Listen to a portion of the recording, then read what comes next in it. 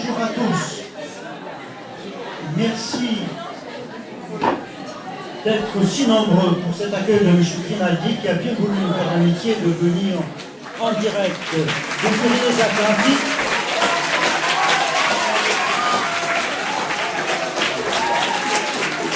Merci pour votre chaleureux accueil. Je sais que je peux compter sur votre esprit de philosophie, sur votre esprit d'amitié. Vous savez bien que le mot philosophie porte toujours en lui sa signature depuis les origines. C'est dans cet esprit donc d'amitié et de confiance que je me permets, en votre nom à tous, de remercier M. Nicolas Grimaldi d'avoir voulu accepter notre invitation pour nous parler de Socrate, de la parole de Socrate, de la manière dont il a pu s'entretenir avec ses contemporains et des raisons qu'il avait, d'une certaine façon, d'attacher une telle importance au langage. Vous savez que notre club de philosophie, qui a pour devise de donner la parole et de faire circuler la parole, est singulièrement fier d'avoir cette opportunité, cette occasion, de confier à M. Grimaldi la séance réservée au premier des philosophes, à celui qui a su, par sa parole, d'une certaine façon, faire exister une forme de vie qui convienne à chacun de ses interlocuteurs pour accomplir pleinement ce qu'il avait à faire au cours de sa vie. Je vous donne la parole, M. Grimaldi, avec toute notre simplicité et notre gratitude. Merci.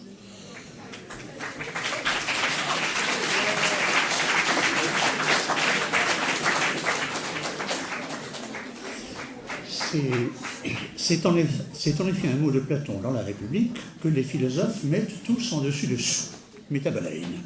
Et en effet, ce n'est pas à M. Michalewski et à ses collègues de me remercier, c'est au contraire, moi, qu'il aurait beaucoup de gratitude de m'avoir invité à vous entretenir ce soir et à vous soumettre mon interprétation du platonisme. Mais c'est une interprétation qui n'est pas récente, qui n'est pas neuve, elle a au moins 40 ans.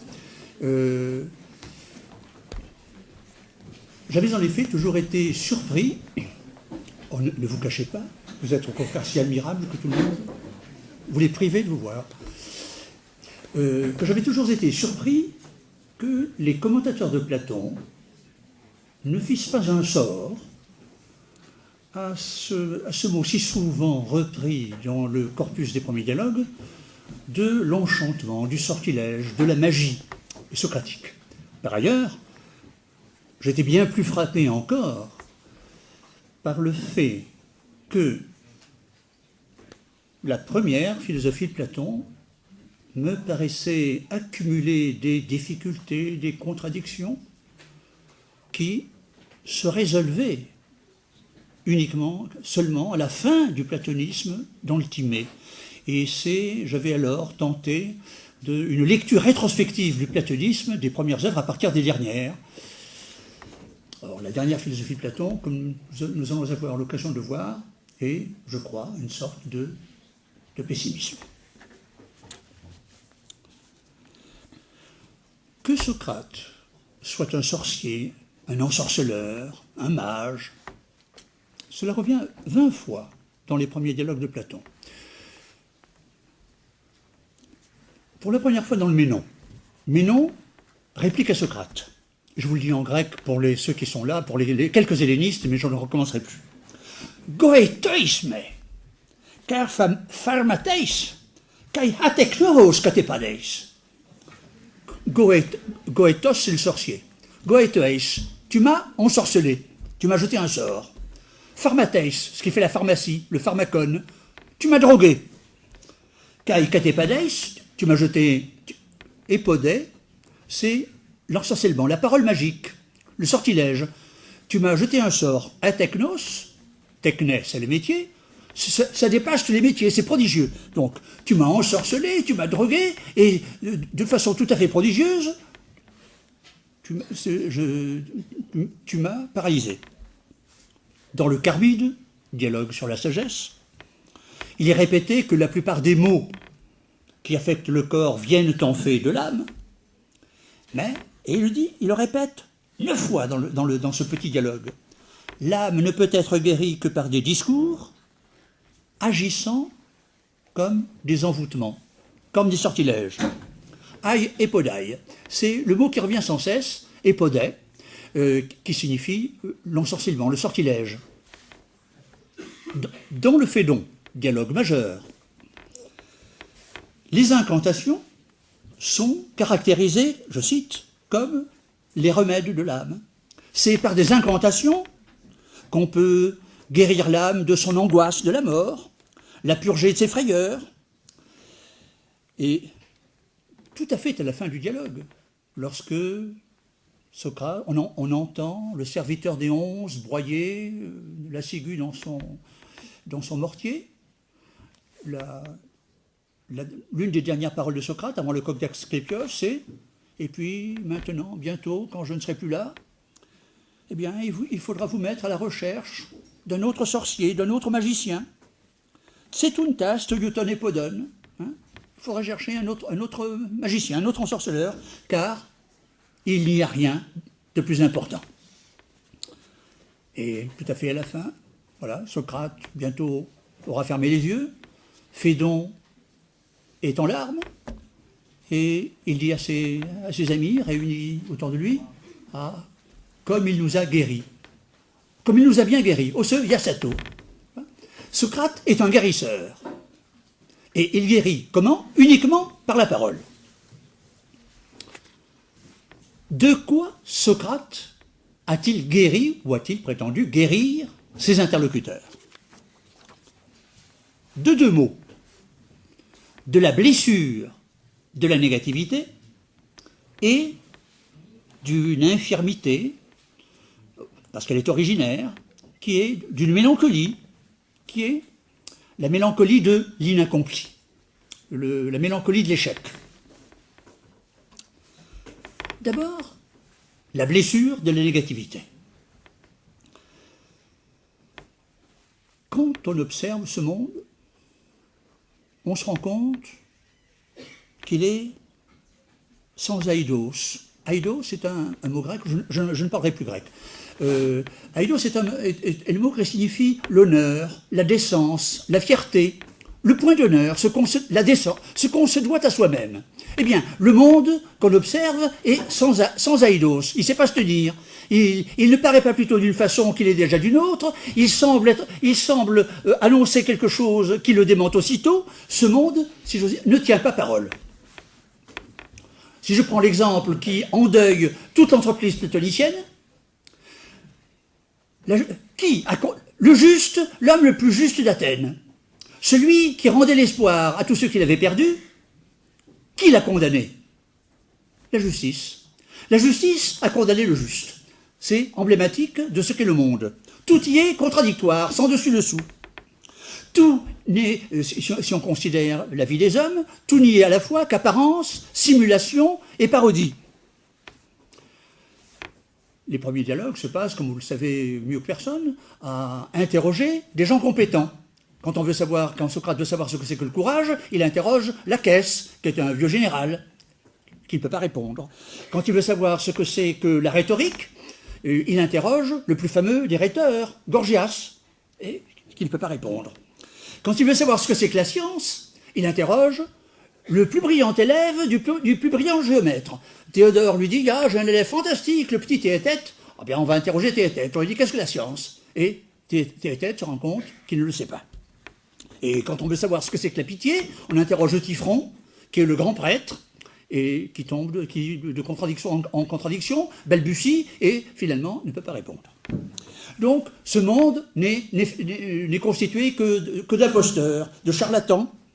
La preuve en est d'ailleurs, comme le développe Gorgias, que si quelqu'un est très malade, et qu'on lui donne à choisir entre le médecin et un charlatan, mais qui a de belles paroles, comme les médecins de Molière, eh bien le malade choisira à chaque fois le charlatan. Et ce qui est la victoire de Gorgias par rapport à Socrate. Donc, ce monde est un monde d'apparence, d'imposture, un monde moiré où rien n'est jamais assuré. Mais parmi les choses tout est aussi trompeur. On pourrait croire que les choses sont stables. Un bout de bois est un bout de bois. Eh bien, ce bout de bois, il est petit. Mais il est petit par rapport à celui-ci. Mais le même bout de bois dont je viens de dire qu'il est petit, voici qu'il est plus grand que celui-là et égal à cet autre. Le même bout de bois est à la fois plus petit, plus grand ou égal. Finalement, on ne sait plus ce qu'il est. Et c'est ce qu'il dit dans le Phédon. Socrate est plus grand que Simmias et plus petit que Sébès. Donc, ce qu'il est, c'est à la fois une chose et son contraire. On ne sait pas ce qu'il est. Dans la République, sur l'exemple d'un doigt, il nous dit qu'un même doigt peut être, on peut dire d'un doigt qu'il est mince, un autre doigt est gros, celui-ci est effilé, celui-ci est court, celui-ci est long. Finalement, à ne plus savoir ce qu'est un doigt. Donc, dans le monde, vers où qu'on se tourne, le réel se désavoue, se contredit sans cesse. En énonçant, ou en s'efforçant d'énoncer le réel, comme nous avons fait jusqu'à présent, lorsque nous parlions du bout de bois, de Socrate ou du doigt.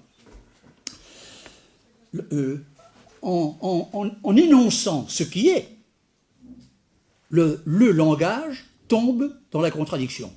Le langage se désavoue sans cesse. Comme si le réel ne cessait de contredire ce qu'on venait d'en dire.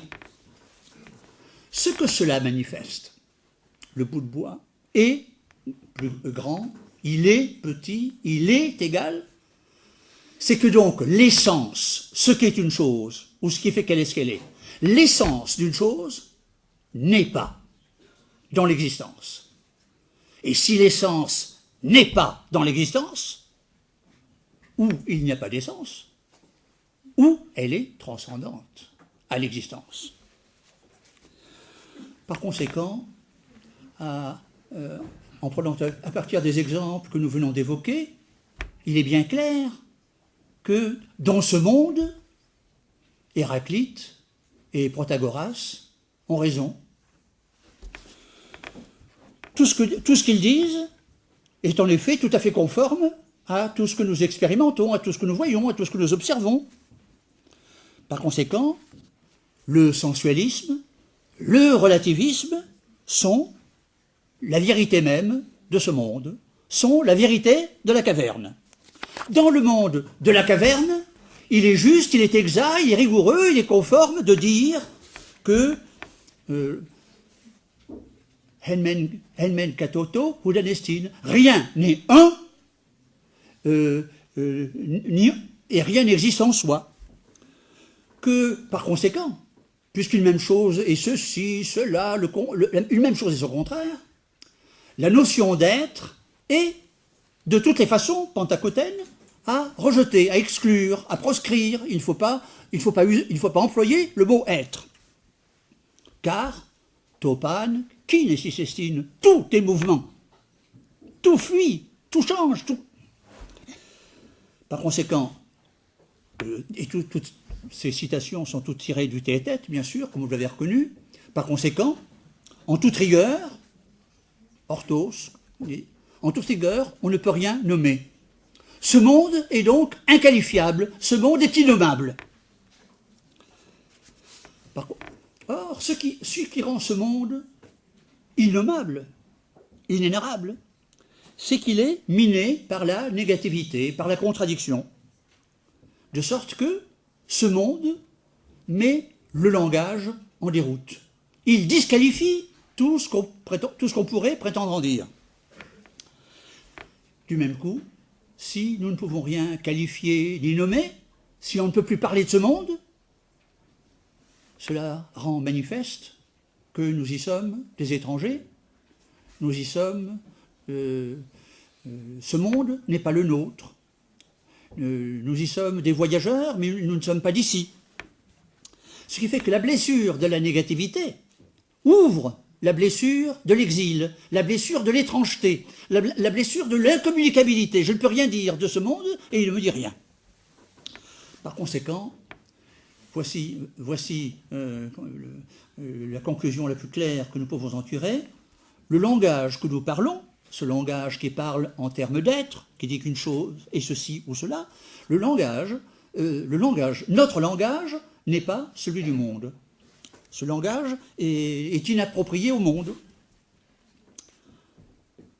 Et telle est l'expérience fondamentale à partir de laquelle va se développer l'entreprise socratique, la sorcellerie socratique. C'est, je ne peux pas me dérober à vous le dire en grec parce que c'est un lieu commun, c'est l'aporein, qu'on traduit par perplexité, et qui est en fait un silence d'effarement, un silence de détresse, de désarroi. Et précisément, c'est dans ce sentiment d'étrangeté dans le monde que, comment dirais-je, faute de n'avoir plus aucun recours, on se tourne vers Socrate, on s'adresse à lui. Comment peut-il nous sortir de là? Car il nous dit, je vais vous sortir de là. Mais beaucoup de gens, la plupart, finalement, pour s'adapter à la situation, même si elle est désagréable, même si nous vivons dans un monde tout à fait étrange, ils oublient ces contradictions, ces étrangetés, et essaient d'y faire leur chemin, d'y obtenir quelques succès.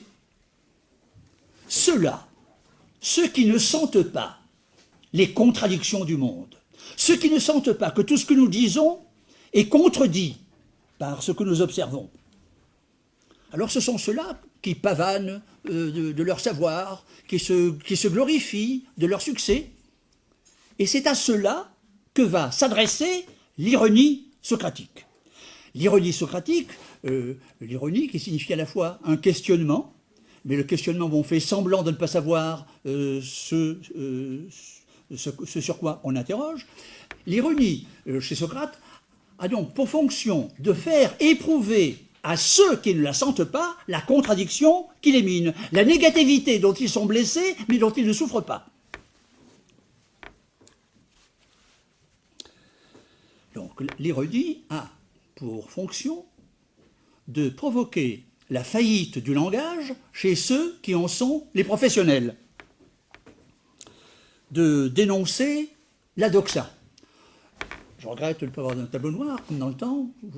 Le mot doxa, qu'on traduit par opinion, et que je crois très mal traduit, car la doxa est le substantif formé sur le verbe dokein. Le verbe dokein veut dire sembler, paraître. Par conséquent, la doxa, c'est pas seulement l'apparence, c'est ce qui semble, mais qui semble vrai. Il me semble que la seule traduction possible de doxa, peut-être même avec un tiret entre vrai et semblance, c'est la vraie semblance, la simulation du vrai. Et vous avez en effet, tout le monde a remarqué que si on ne croyait pas être dans le vrai, on ne se tromperait jamais. Que si l'erreur ne paraissait pas vraie, on ne se tromperait pas. Si on se trompe, c'est parce que l'erreur paraît vraie. Donc la vraie semblance est le goût même, la sapidité même de l'erreur. Car l'erreur, si j'ose dire, est insipide. Elle ne se dénonce pas. Alors Socrate va pratiquer cette ironie sur tout le monde.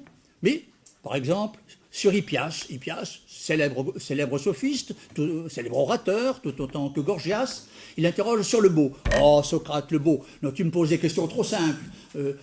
Qu'est-ce que c'est que le beau? Je te réponds tout de suite. C'est une belle jument.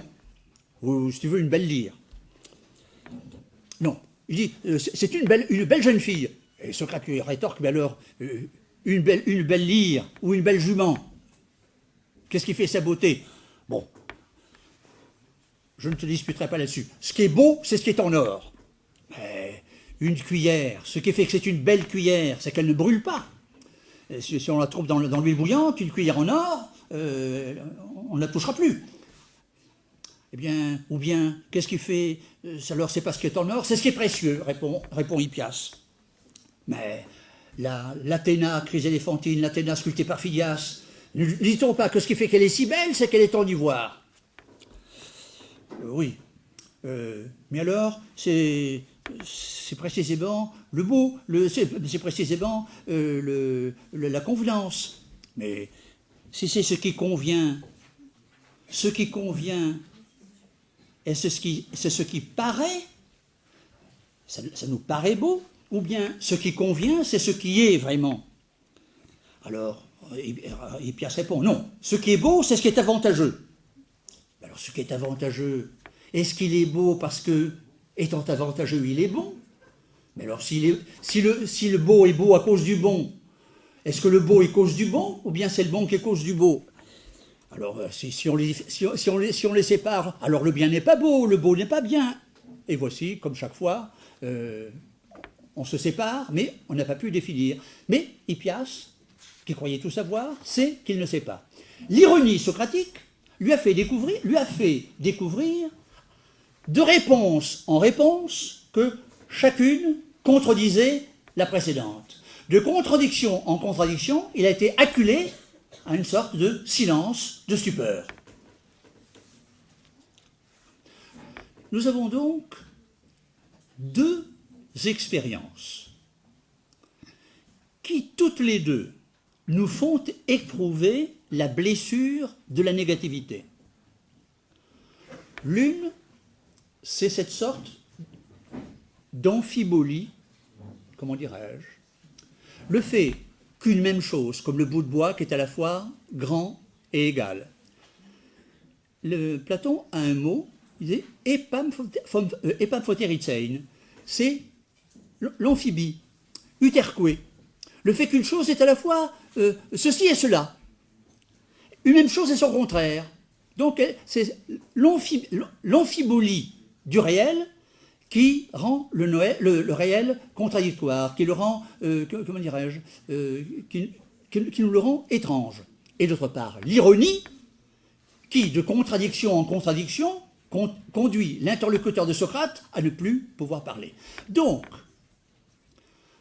aussi bien l'epamphotérizein, l'amphibolie, que l'ironie ont un même résultat, un même effet, l'aporein, c'est-à-dire ce silence d'effarement qui fait qu'on ne sait plus quoi dire.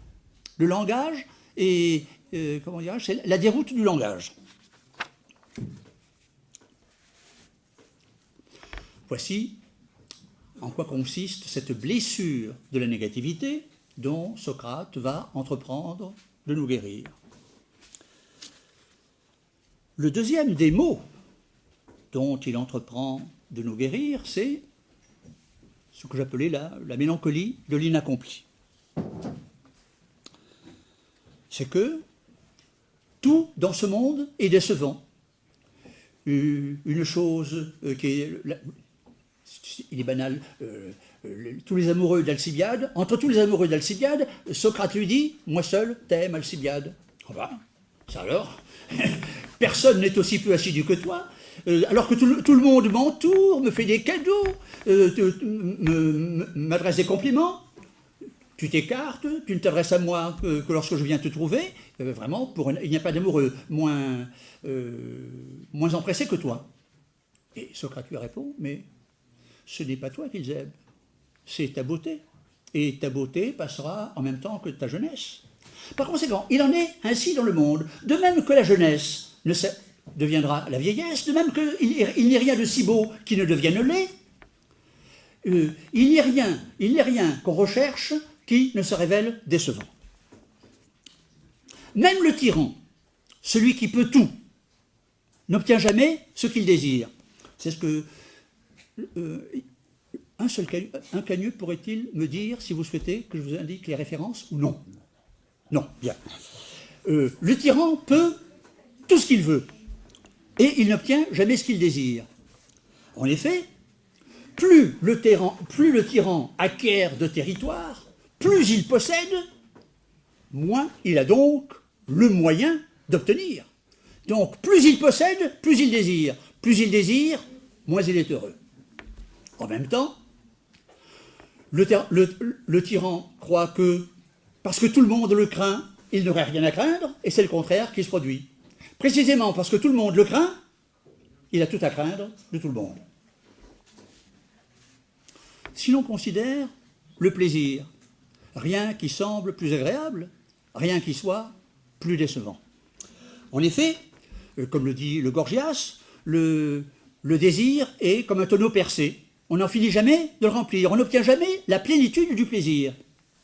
Car le propre du plaisir, le sarcasme calamiteux du plaisir, c'est que plus on en prend, moins on en a. Plus je mange, moins j'ai faim. C'était la grande tristesse du sensualisme, n'est-ce pas? C'est que à mesure qu'il continue, il disparaît. C'est le propre du plaisir. C'est ce qui fait qu'il est indéfinissable, puisque il lui suffit de croître pour décroître. Par ailleurs, infinies sont les choses désirables, et ma capacité d'en jouir est toujours finie. Donc, mon plaisir n'est jamais à la mesure de mon désir.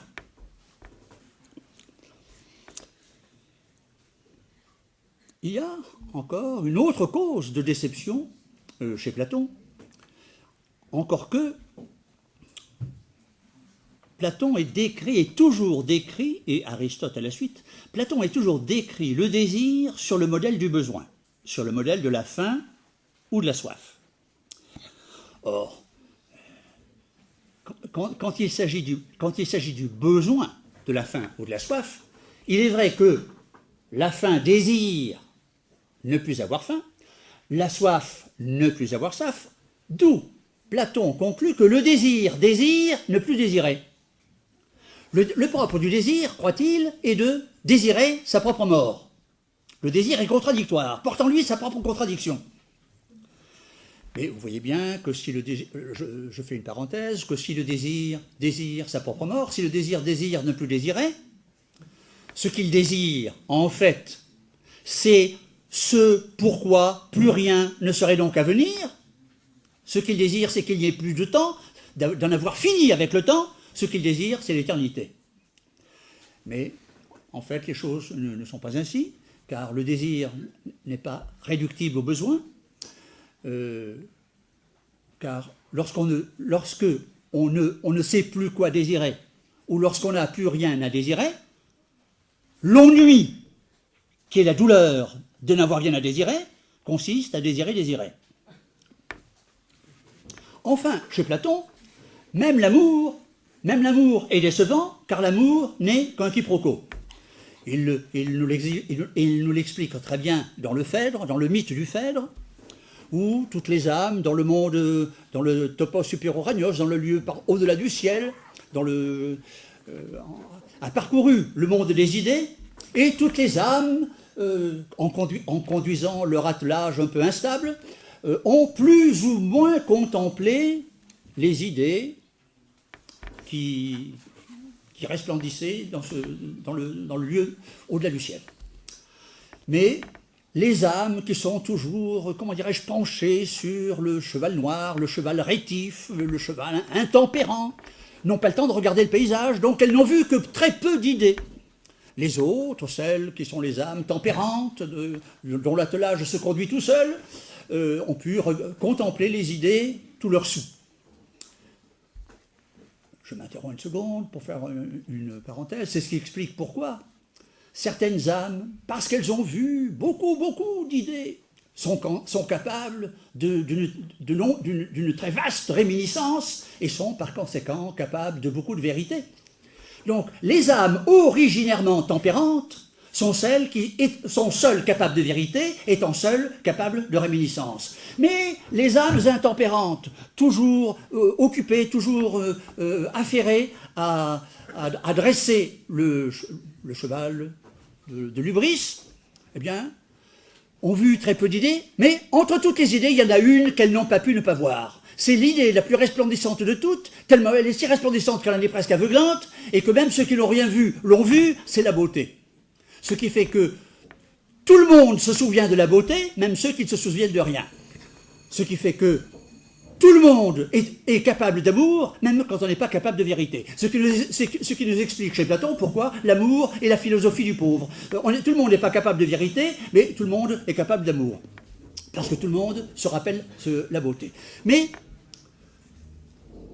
lorsqu'on voit un beau corps, lorsque l'âme, s'étant incarnée un beau matin, s'éveille dans un corps, dans ce bourbier sensible, quand elle voit un beau corps, soudain, lui revient le souvenir de ce lieu de plénitude et d'éternité où elle avait séjourné, et elle veut étreindre, posséder ce beau corps, mais ce qu'elle veut posséder à travers lui, c'est la beauté naguère contemplée, et par-delà la beauté, retrouver l'éternité perdue.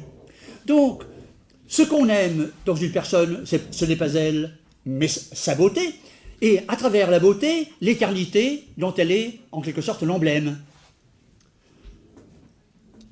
Il s'agit donc d'un quiproquo. Ce n'est pas moi que tu aimes, mais la beauté. Donc l'aimer pourrait dire à l'amant, ce n'est pas moi que tu aimais, tu n'aimais que ma beauté. Maintenant que j'en ai plus, tu ne m'aimes plus. Et l'amant pourrait dire à l'aimé, tu m'as trompé, tu m'as déçu, tu étais la beauté, tu me rappelais l'éternité, maintenant tu es une vieille loque, je ne te reconnais plus, ce n'est plus toi. Ce qui fait que l'amour est un quiproquo. Enfin, dernière déception, dernière mélancolie, c'est la peur de mourir. Mais nous n'aurions pas peur de mourir si nous avions obtenu en cette vie ce que nous désirions, si nous avions accompli ce que nous visions, ce que nous projetions. Donc la mort, nous ne redoutons la mort que parce que, comment dirais-je, elle nous surprend alors que nous avions encore à accomplir ce que nous attendions, ce que nous désirions. En ce qu'elle nous enlève ce qui avait été notre raison de vivre. Ma raison de vivre, c'est le but que je me suis fixé, mais si je n'arrive pas à ce but, ben, toute ma vie a été perdue. Eh bien, la mort, en quelque sorte, c'est un inaccomplissement définitif. Si j'ose dire, la mort n'est pas la fin d'une vie, c'est l'inaccomplissement d'un destin. Et c'est pourquoi nous la redoutons. Eh bien, tous ceux qui ont senti ce que ce monde a de décevant, de précaire, de contradictoire, tous ceux qui en ont senti, qui en ont éprouvé, comment dirais-je, la précarité, combien nous y sommes filoutés, tout cela font une seule et même expérience que Platon caractérise d'un seul mot, hodis. Hodis, c'est la douleur des parturiantes. C'est la douleur de l'inaccompli. Il va de soi que, Socrate ne cesse de le répéter, tous ceux qui ne sentent pas cette mélancolie de l'inaccompli, la douleur, cette lourdeur de ce qui n'a pas été exprimé, de ce qui n'a pas été accompli, de ce qui n'a pas pu s'extérioriser, tous ceux qui n'en sentent pas l'insupportable lourdeur, c'est inutile qu'ils viennent me voir, c'est inutile qu'ils m'écoutent, à cela je n'ai rien à leur dire, car ils n'ont pas besoin de moi. Ont besoin de Socrate ceux qui ont senti leur étrangeté dans le monde, que ce monde n'est pas le nôtre, et ceux qui l'ont senti l'inaccomplissement de tout ce que nous désirons. Alors, c'est maintenant que commence l'entreprise socratique, c'est-à-dire les sortilèges de la logique. Quand j'avais écrit un petit livre là-dessus, j'avais donné comme titre « La logique du sorcier ». Car si Socrate est un sorcier, le filtre qu'il a inventé, le sortilège qu'il a fait macérer, ce qu'il a inventé, c'est la logique. Le filtre de ce sorcier, c'est la logique, c'est l'invention de la dialectique. La dialectique est un envoûtement. Mais mon éditeur m'a dit, pensez donc, la logique, ça fait fuir tout le monde, c'est ennuyeux, c'est rebutant, c'est austère, on ne peut pas mettre la logique dans un titre. Alors, c'est lui qui a mis un titre. Mais commence l'envoûtement socratique, c'est-à-dire le développement de la logique platonicienne.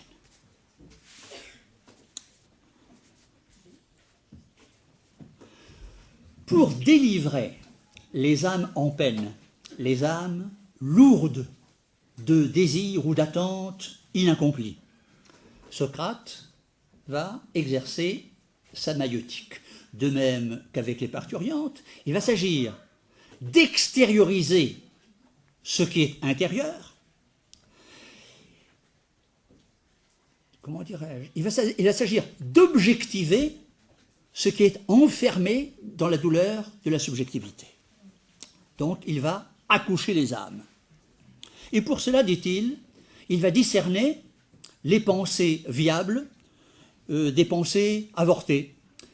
Il y a un mot que Platon, dans les premiers dialogues, revient jusqu'à la République, incessamment, pour caractériser la viabilité des pensées, c'est harmotein.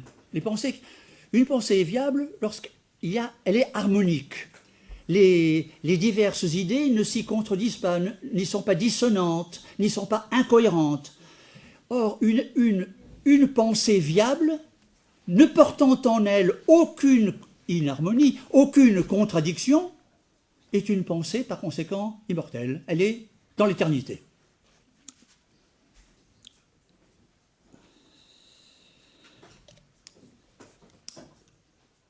Ce qui importe à Socrate dans la maïotique, c'est que la vérité ne soit pas enseignée, mais qu'elle soit découverte. Et en effet, d'où l'image de l'Odysse, l'image de la douleur de la parturiente, c'est que cette vérité, chaque âme la porte en elle, mais ne l'a pas extériorisée dans son discours, ne peut pas la reconnaître, ne peut pas l'identifier. C'est pourquoi Socrate, dit-il, ne cherche pas à convaincre, il ne cherche pas à persuader. Il dit même dans l'Apologie, le propre d'un philosophe est d'être un maître sans disciple. En quoi il a raison, car tous les professeurs qui sont ici savent qu'on enseigne. On n'enseigne rien qu'à ceux qui le savent déjà. Je veux dire, il y a des élèves qui sont, ils sont réfractaires à la philosophie, comme le dit Spinoza, n'est-ce pas, la musique qui est bonne pour qui est bonne pour qui est bonne pour l'affligé et qui est indifférente et mauvaise pour le mélancolique et indifférente pour le sourd. Eh bien, il y a des âmes qui sont totalement étrangères à la vérité. Et je n'aurais fait découvrir la vérité à quelqu'un que s'il l'attend déjà de lui-même et se reconnaît en elle. L'important, c'est cela. C'est que si la philosophie est l'élucidation de la subjectivité, c'est au sens où celui qui est philosophe se reconnaît son expérience dans ce qu'il découvre. Il le découvre, il ne l'invente pas. C'est pourquoi Socrate prendra l'exemple du jeune esclave de Ménon pour attester, mettre en évidence le fait de la réminiscence. Il faut que ce soit un esclave, c'est-à-dire celui qui n'a jamais eu de maître, celui à qui on n'a jamais rien appris. Et il faut qu'il soit jeune pour que même l'expérience ne l'ait pas instruit. C'est celui qui ne sait rien. Eh bien, celui qui ne sait absolument rien, qui n'a jamais rien appris, ni du monde, ni des hommes, c'est celui-là à qui on va faire découvrir comment construire le double carré. Et c'est lui-même qui découvrira, ah oui, c'est bien ainsi, il doit être construit sur la diagonale. Il le reconnaît. Il reconnaît la vérité, il reconnaît l'évidence. S'il la reconnaît, dit Socrate, c'est donc qu'il l'a déjà connue. Et s'il l'a déjà connue, c'est qu'il a dû déjà la rencontrer. Et comme elle n'existe pas en ce monde, il a dû rencontrer dans un autre. Par conséquent, la réminiscence est l'attestation d'une existence antérieure. La différence, évidemment, entre la mnémé, le souvenir, et l'anamnésis, la réminiscence, c'est que le souvenir nous rappelle ce qui n'est plus et ne sera plus jamais, tandis que la réminiscence nous rappelle ce qui est toujours et sera à jamais. Ce que nous rappelle la réminiscence, c'est ce qui n'a pas cessé d'être.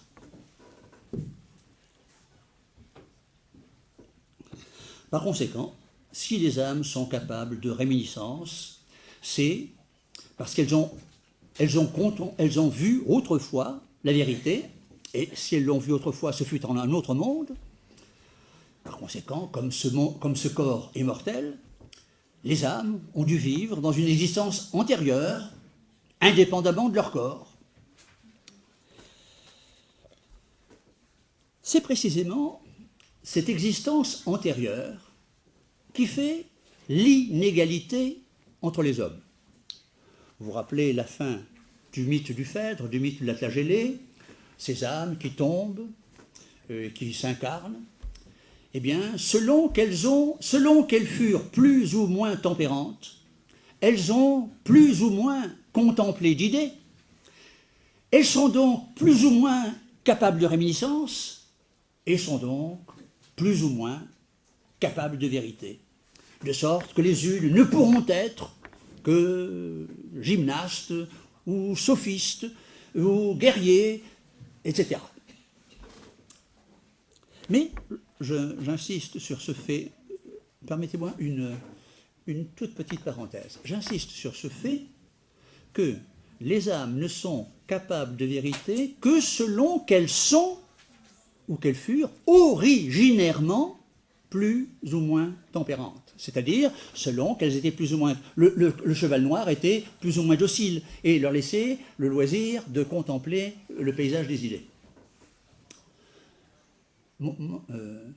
Cette parenthèse était pour vous attirer votre attention sur un autre détail, un autre fait, à savoir que les âmes sont des natures.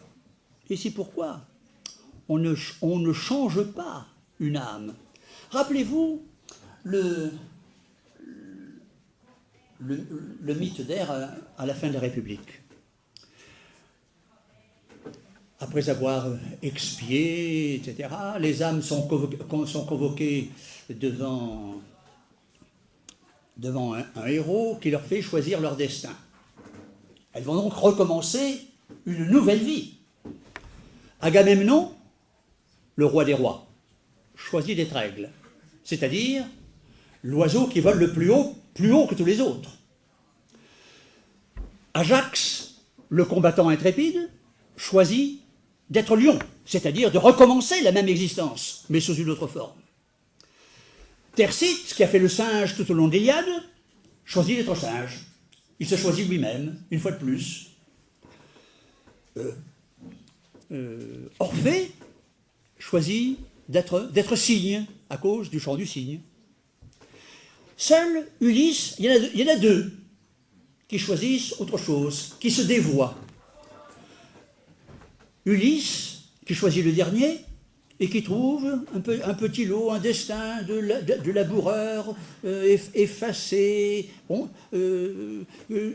inconnu, et qui dit, si j'avais choisi le premier, je ne l'aurais pas choisi autrement. Autrement dit, Ulysse n'a été ce voyageur et cet aventurier que par malchance. Les circonstances l'ont poussé à devenir autre chose que ce qu'il était. Si, c'est parce qu'il n'y a pas simplement la causalité divine, la causalité nécessaire, qui fait que chacun accomplit sa nature, il y a aussi une causalité errante, la causalité du hasard, la causalité du dévoiement. Et puis l'autre exemple, c'est celui d'un modeste paysan qui choisit le premier, qui voit tous ses lots proposés, exposés devant lui, et qui voit une énorme tyrannie, et qui dit « Ah, quelle chance !» et il se jette dessus. Ce paysan n'avait donc vécu effacé, modeste, juste, que précisément parce qu'il n'avait jamais eu l'occasion d'être injuste. Mais en fait, sa vraie nature était celle du tyran. Mais je faisais cette parenthèse simplement que pour vous signaler chez Platon que les âmes sont des natures et que on ne change pas par soi-même sa nature. Bien, c'est maintenant que va donc commencer l'exercice de la sorcellerie, de l'envoûtement, du sortilège, de la logique socratique. Tout cela se trouve quasiment dans ce grand discours de la méthode que Socrate développe dans le Phédon entre 100 et 101.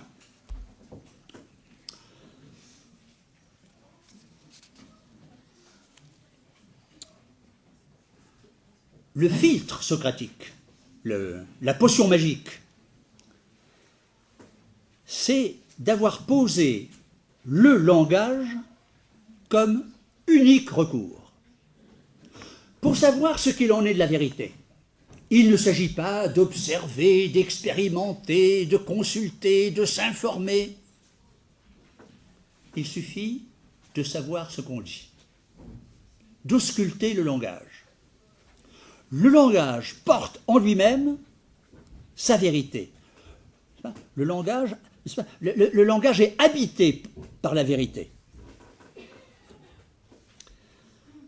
Alors Socrate dit, eh bien, étant donné que tout a échoué, qu'on ne peut se fier à rien, moi-même, j'avais cru, Anaxagore disait, Honus diakosmon panta, l'esprit a organisé toute chose, si c'est l'esprit qui a organisé le monde, eh bien, je vais me reconnaître dans le monde.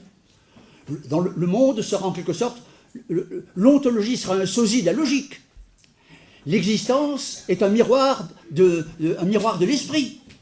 Mais patatras, Anaxagore expliquait le monde par toute une machinerie de théâtre, des pressions, des poulies, etc., etc. C'est comme si on expliquait ma présence ici, sur ce grabat, pendant que le serviteur des 11 est en train de moudre, de broyer sa ciguë, parce que j'ai des os, des nerfs et des ligaments.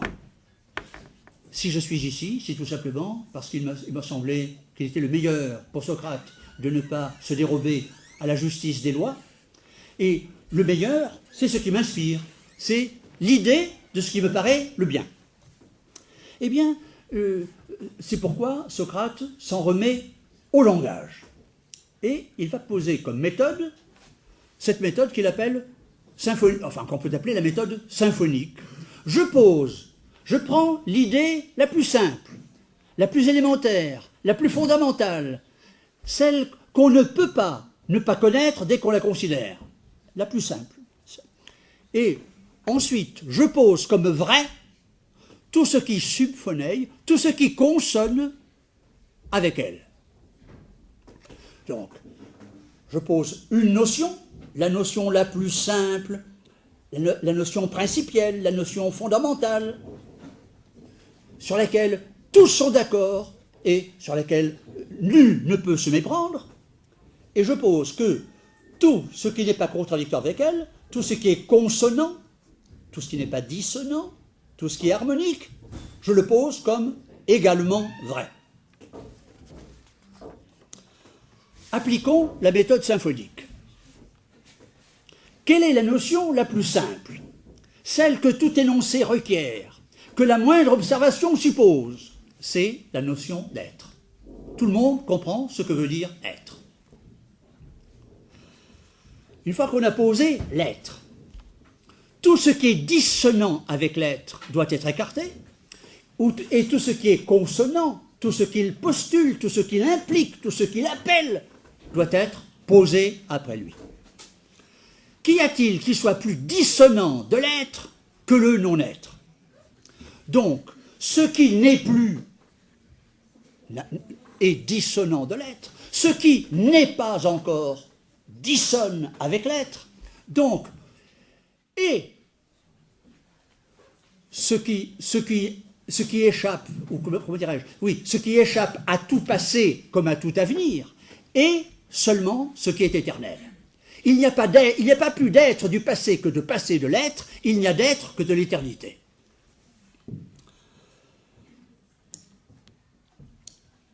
Par conséquent, de même que l'être est éternel, l'être est identique, car ce qui n'est pas éternel s'altère, devient autre, tombe dans l'altération. Donc, l'être est éternel, ce qui est éternel est identique. Être même identique, c'est une seule et même chose. Or, dans ce monde où nous vivons, dans ce monde où nous allons mourir, dans ce monde où nous agissons, nous voyons bien que rien n'est éternel. Comme nous l'avons vu dans la caverne et comme le disait à juste raison Héraclite, tout change. Donc, l'être n'est pas sensible, n'est pas matériel, n'est pas observable. L'être, l'éternel, l'un, le même, ne peuvent être qu'intelligibles. Reste à comprendre que si ce premier principe va en engendrer d'autres, et c'est en quoi consiste la dialectique descendante, à montrer quelles sont les idées qui s'ensuivent de l'idée principielle, à savoir l'éternité intelligible de l'être. Eh bien, c'est qu'en effet, les idées s'engendrent les unes les autres. Il y a une génération intemporelle des idées. Et c'est à nous le faire comprendre que s'emploient les fameuses sciences propédeutiques de la République, dans le 7e livre de la République. Platon nous dit, si on veut préparer une âme philosophique à la dialectique, il faut commencer par l'initier à l'arithmétique, à la géométrie, à l'astronomie, à l'harmonie. Et enfin, elle sera déjà tout exercée à la dialectique. La dialectique n'aura plus de secret pour elle. En effet, si on doit donc s'exercer à l'arithmétique, ce n'est pas seulement parce que quand on considère les nombres, on considère leur réalité intelligible et non pas l'occasion sensible qui fait que les 3 pommes sont 3. Quand on s'intéresse à l'arithmétique, ce qu'on découvre, c'est que...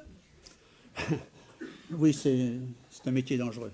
Ce qu'on découvre, c'est que chaque nombre est engendré par un autre. Chaque nombre est défini par le nombre précédent plus solité. 4, c'est 3 plus 1. 3, c'est 2 plus 1. Donc, tous les nombres sont engendrés les uns par les autres. 12, c'est 7 plus 5, 6 plus 6, 8 plus 4, 4 fois 3, etc. 2 fois 6, etc. Il y a donc une génération intemporelle des idées. Mais toutes les idées sont engendrées à partir d'une seule, qui est donc l'idée absolue, l'idée originaire, à partir desquelles toutes les autres sont produites, et qui est l'idée de l'un. On passe à la géométrie. La géométrie, de même, n'a pas pour principale fonction de nous intéresser aux figures en soi, aux figures intelligibles, et non pas à leur image sensible, mais simplement de nous faire découvrir que l'idée de ces figures est engendrée à partir d'autres figures. Le cercle est la figure engendrée par un point qui se déplace à égale distance d'un point fixe appelé centre. La sphère est le volume engendré par un cercle qui se déplace autour de son diamètre fixe. Le cylindre est le volume engendré par le cercle qui se déplace dans un plan vertical, etc., etc., etc. Or, toutes ces figures sont engendrées à partir d'une figure originaire, la plus simple de toutes, mais qui n'est engendrée par rien, ce qui fait que toutes sont relatives à cette idée, mais elle n'est relative à rien, donc elle est absolue, c'est l'idée de point. En effet, c'est à partir du point qu'on va engendrer la ligne, c'est à partir de la ligne qu'on va engendrer la surface, ou bien 3 lignes qui se coupent 2 à 2 font engendrer le triangle, etc. Or, le point, ce point qui n'est engendré par rien, n'est pas même visible. Par conséquent, si toutes les idées, si toutes les figures sont engendrées à partir du point, lequel est invisible, le visible est engendré à partir de l'invisible. La 3e science propédeutique, c'est l'astronomie. Et l'astronomie, sans doute, a-t-elle pour fonction d'attirer l'attention non pas sur le sensible vers l'intelligible, non pas sur l'observation des astres, mais sur la nature de leurs lois, sur le nomos de l'astronomie. Et les lois sont éternelles. Or, ce que montre l'astronomie, c'est que la révolution sensible des astres que nous observons est régie par l'idéalité éternelle des lois. Et que par conséquent, ce que nous voyons, le sensible, est une image de l'éternité. Que le temps est une image, est une image mobile de l'éternité. Je prends le dernier exemple de l'harmonie, car l'harmonie n'est pas simplement la science des sons, les sons sont engendrés, l'harmonie est engendrée par des sons qui s'engendrent mutuellement, mais ce qui importe dans l'harmonie, ce n'est pas simplement, comme dans l'astronomie, la loi, les lois qui régissent les rapports entre les sons, sinon la loi qui fait que ces rapports sont harmoniques. Et par conséquent, le fait que ce soit le bien ou le beau qui régissent l'ordre de ces lois. Si l'âme est donc capable de réminiscence, parce qu'elle eut une existence antérieure, où elle existait indépendamment de son corps, ce rapport originaire de l'âme à la vérité manifeste, dit Socrate, que l'âme, comment dirais-je, est sungénès. L'homme, il appelle ça sa sungénéia. L'âme appartient au génos, au même génos que les idées. Elle appartient à la même famille, à la même patrie. Elle est affiliée au monde intelligible. Et pour cette raison, parce que l'âme est affiliée au monde de l'éternité, on comprend que l'âme soit immortelle. En effet, rappelle Socrate, et c'est toujours la méthode symphonique, parce que l'âme est le principe de vie. Un corps inanimé ne se meut pas. Il suffit qu'un corps devienne animé pour se mouvoir. L'âme est le principe du mouvement. Or, comment le principe du mouvement pourrait-il un jour ne plus se mouvoir? De même que le propre d'un principe est d'être inchangé, le principe du mouvement ne sera jamais immobile. C'est pourquoi l'âme ne peut être qu'immortelle. Par conséquent, puisque l'âme a dû contempler dans un autre monde les idées dont il lui arrive d'avoir la réminiscence,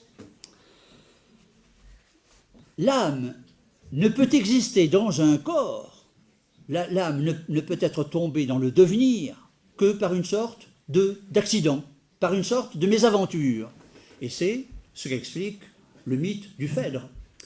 Les âmes se réveillent un beau matin, incarnées dans un corps ou dans un autre, mais sans savoir pourquoi. De même qu'à la fin du mythe d'Air, les âmes sont conduites au bord du Léthé, le fleuve de l'oubli. Les plus tempérantes boivent peu. Celles qui sont intempérantes boivent à plus soif au fleuve de l'oubli.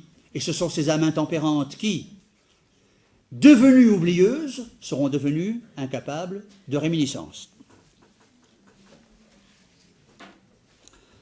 Par conséquent, au bout de cette méthode symphonique qui a attesté l'immortalité de l'âme, l'engendrement des idées, Socrate en vient à sa conclusion.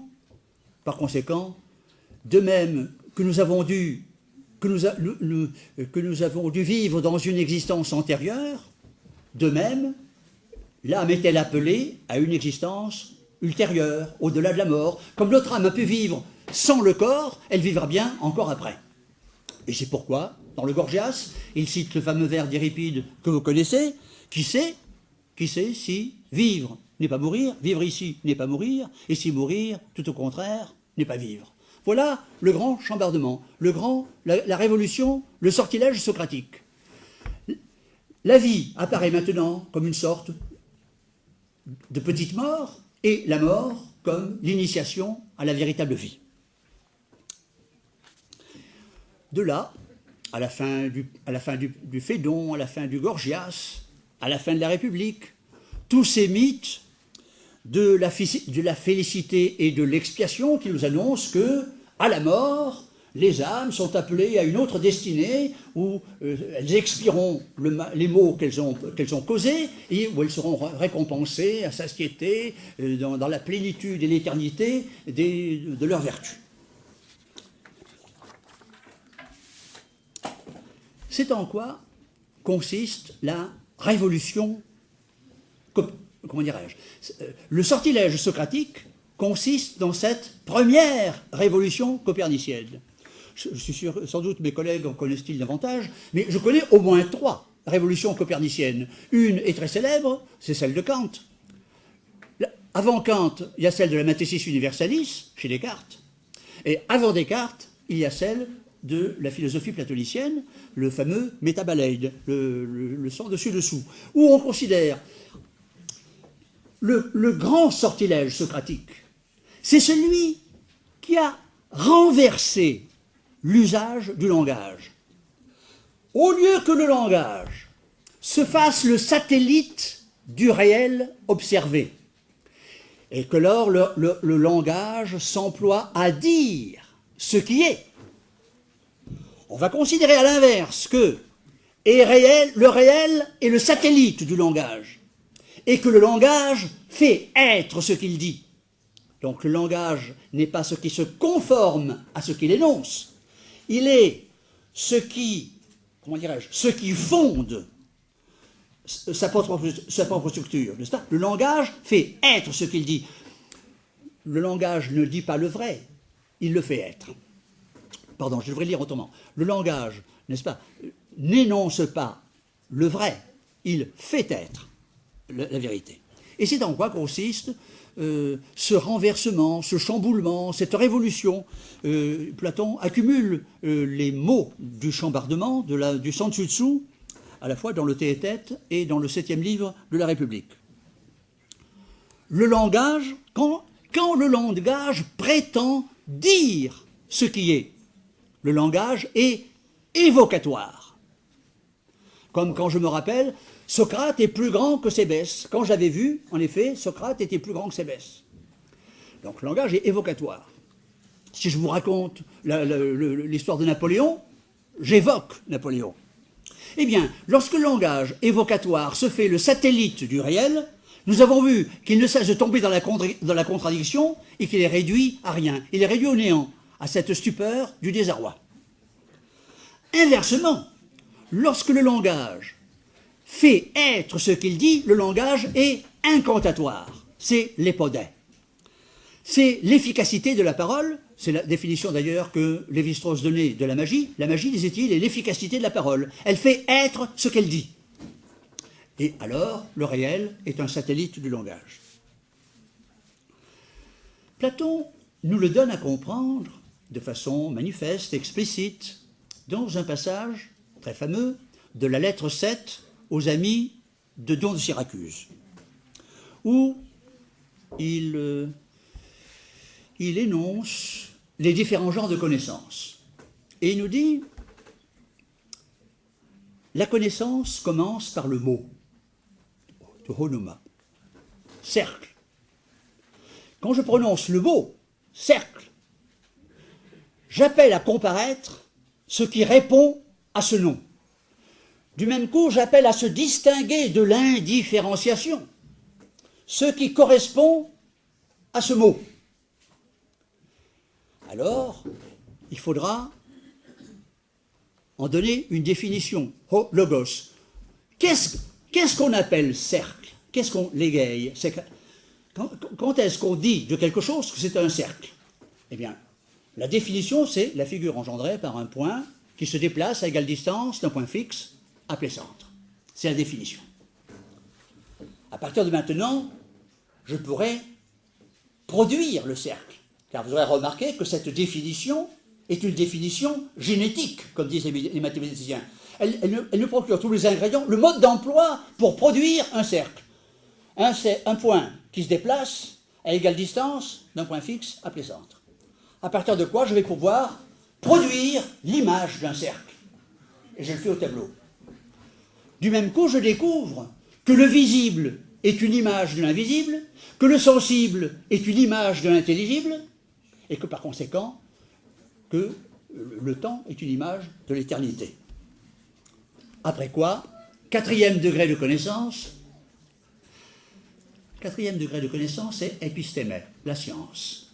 La science, c'est-à-dire, en l'occurrence, la géométrie, la science des rapports de toutes les idées, de toutes les figures entre elles, le rapport de la circonférence avec le rayon, du rayon avec la surface du cercle, de la corde avec l'angle inscrit, avec l'angle exinscrit, de la corde avec l'arc, etc., etc., etc.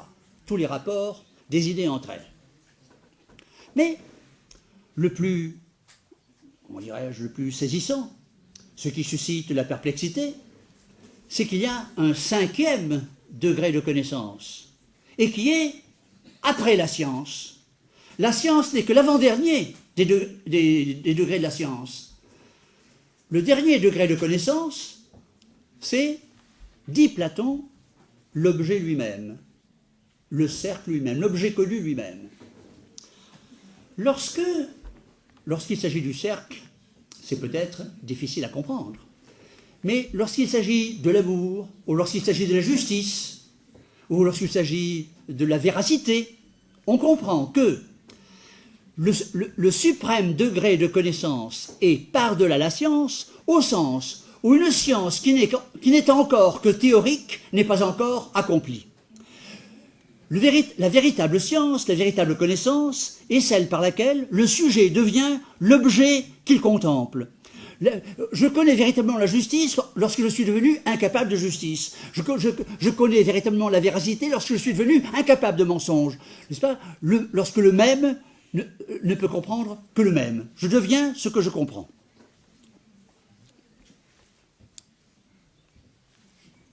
Par conséquent, cette méthode symphonique, qui est la logique de Socrate, le fondement de la dialectique, nous fait souvenir à attester l'existence de l'être, de l'éternité, à caractériser la réminiscence comme, comment dirais-je, rappel de l'éternité perdue, atteste notre condition émigrée, fonde notre croyance dans le monde des idées et autorise à la fois l'espérance du retour et la foi en l'immortalité. Voilà en quoi Socrate nous a guéris de la peur de mourir, des contradictions de ce monde, etc. Il nous a donc guéris à la fois de la blessure, de la négativité et de la mélancolie de l'échec. Cet échec, Platon l'expliquera dans le dernier dialogue. Or, mon hypothèse, car c'est Platon qui le dit dans le Timée, ce n'est pas Socrate, quoique Socrate y soit un protagoniste. Dans les premiers dialogues, dans le Phédon, dans le livre 4 de la République, Platon nous parle de la nature composée de l'âme. Il y a le nous, qu'on traduit l'intelligence, mais c'est pas ça, c'est une tendance, c'est la tendance à l'éternité, le désir d'éternité. Et il y a l'épithumia, qui est le désir d'aventure, le désir de l'innombrable, et puis il y a le mixte des deux, qu'on traduit par la violence qui s'unit à l'un dans l'honneur, dans le courage, etc. On ne comprend pas, si l'âme est véritablement éternelle, si l'âme appartient au monde de l'intelligible et de l'éternité, on ne comprend pas qu'elle puisse être composée. Encore moins peut-on comprendre qu'elle porte en elle sa propre contradiction, et que les désirs, comment dirais-je, du multiple poursuivent sans cesse ce à quoi essaie de se soustraire sans cesse le désir de l'unité. Or, dans le Timée, Socrate décrit dans un mythe la création de l'âme. Le Lémurge, dit-il, il y avait une sorte de chaos originaire, où rien n'était jamais prévisible. Il y avait l'élément du même et l'élément de l'autre. L'élément du même, tauton, tout est toujours identique à lui-même, donc soustrait au devenir, donc éternel, donc intelligible. Mais le même ne peut pas avoir son autre, ne peut pas avoir d'altérité, il ne peut pas y avoir deux fois le même. Ce qui fait que le même ne peut être qu'unique, le même est l'un. Et Platon nous dit, lorsque le démiurge prit le même, cet élément, il s'en servit comme du modèle. c'est la notion la plus importante, le même, éternel, un, intelligible, et le modèle. Et puis, il y a l'élément de l'autre, tatéron. C'est à la fois l'altérité et l'altération. L'altérité, sans fin, tout est toujours autre, c'est le multiple infini. Et l'altération, tout devient toujours différent, par conséquent, dans l'autre, tout change sans cesse, et en même temps, tout est innombrable. Le démiurge prit ces deux éléments, il les mélangea, obtient un mélange, mélangea ce mélange aux deux premiers éléments, et ce mélange d'un mélange, cette mixture d'une mixture, ce fut l'âme. Par conséquent, ce que Socrate savait, mais qu'il n'avoue pas, mais ce que Platon montre dans le dernier dialogue, c'est que l'âme porte dans la matérialité du devenir le désir d'éternité. Ou je vais le dire en d'autres termes. Dans la matérialité du devenir, l'âme tend vers l'éternité intelligible de l'un comme vers son modèle. Elle a donc originairement à être ce qu'elle ne pourra jamais être. L'âme vit de son propre échec. L'âme a à la fois une inquiétude et un désir, mais qui ne finiront jamais. Et c'est précisément parce qu'elle ne finit pas que le monde ne cesse de tourner. Donc, voilà la mélancolie originaire, le pessimisme originaire que Socrate cache bien à ses interlocuteurs en leur faisant espérer un retour à l'éternité perdue. Dernier problème, ce renversement de la logique qui subordonne le réel au langage au lieu de subordonner le langage au réel. Ce renversement magique s'opère par la croyance. Jamais Socrate ne le donne pour une certitude, ni pour une vérité. Socrate le répète, c'est un pari. Et c'est ce que je voudrais vous montrer pour finir. Lorsque Socrate parle de sa doctrine, il ne la propose jamais comme une vérité, comme un système de certitude, mais comme une vraisemblance. Est-ce que ça n'a pas l'air d'être vrai? Est-ce que cela n'a pas l'apparence de vérité? Et je vous dis, toikos, voilà comment on lui dit. Toikos, c'est vraisemblable. Et doxa, mon Dieu, c'est assez vraisemblable. Et moidokei, du moins, c'est ce qui me semble. Et tout ça, c'est dans le Phédon. Dans le Phédon, le mot revient 20 fois. Il parle de la doctrine, de cette logique des idées qui s'engendrent. Il n'en parle que comme d'une hypothèse. Et to in anhypothéton, l'un, le même, l'absolu, bien, c'est l'hypothèse de l'anhypothétique. Le mot croyance, persuasion, conviction revient 3 fois dans le Phédon et dans le banquet. Et surtout, le mot espérance. Le mot espérance, c'est mon espérance, la belle espérance, la bonne espérance, l'heureuse... Ça revient 30 fois. Et c'est pourquoi, à propos de sa doctrine, à propos de ce renversement qui fonde l'ontologie sur la logique sur le langage, il parle, kalos okindoios, c'est un beau risque, c'est un risque à courir. Et il emploie le mot que je traduis par Paris 3 fois, qui est le mot otaros, tarein. C'est à la fois une confiance, mais une confiance dans le risque, une confiance risquée, une confiance audacieuse. C'est pourquoi je traduis par Paris. Lorsqu'il vient de définir cette logique des idées, cette logique de l'engendrement des idées à partir de l'un, voici ce qu'il dit dans le Phédon. Au demeurant, s'acharner à prétendre qu'il en est de ces choses, comme je viens de le dire, comme je l'ai soutenu, c'est quelque chose qui ne siérait pas à un homme de bon sens. Je ne le jurerai pas, dur comme fer. 114 CD. À la fin de l'apologie, c'est fini. Il va aller en prison, il se sépare de ses amis. Voici le moment de nous en aller, vous pour vivre et moi pour mourir. De vous et de moi, désormais, qui a la meilleure part? Adelon planti plentothéo, Dieu seul le sait. À la fin du mythe de la caverne, lorsqu'il vient d'évoquer la dialectique ascendante, le soleil comme image du bien, etc., que je ne peux pas vous décrire, il vient d'évoquer l'ascension de l'âme vers le monde intelligible. Telle est mon espérance, dit-il. Dieu seul sait si elle est vraie. Du moins, est-ce ainsi qu'à moi, les choses semblent se passer.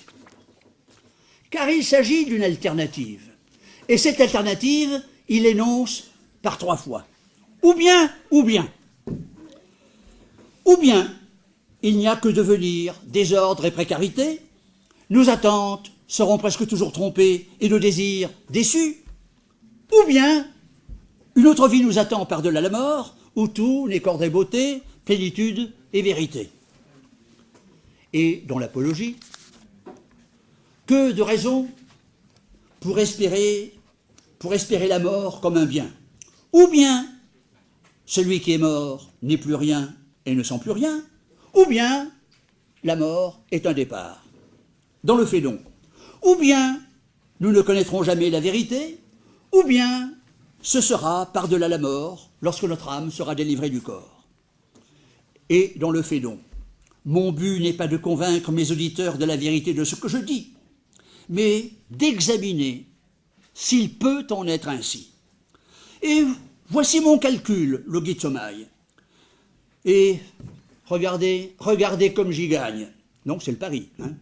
Regardez ma mise, mon calcul, et j'y gagne. Si la vérité est ce que je dis, c'est une bonne chose d'en être persuadé. Et si, à l'inverse, il n'y a rien après la mort, au moins jusque-là, n'aurais-je pas lassé mes proches de mes lamentations. Donc, seule cette espérance peut nous sauver du désespoir. C'est une sorte de foi. Seul l'espoir d'une autre vie peut nous guérir du désespoir de vivre. Et le ressort du pari, c'est qu'il n'y a rien à perdre. C'est qu'une vie perdue dès l'origine, comme cette vie contradictoire, comme cette âme qui porte en elle sa propre contradiction dans le Timée, ou comme ce désir toujours déçu dans tous les premiers dialogues socratiques, c'est qu'une vie perdue dès l'origine ne peut pas être perdue 2 fois. C'est pourquoi Bergson pensait que Socrate croyait à sa doctrine, et c'est pourquoi il en mourait.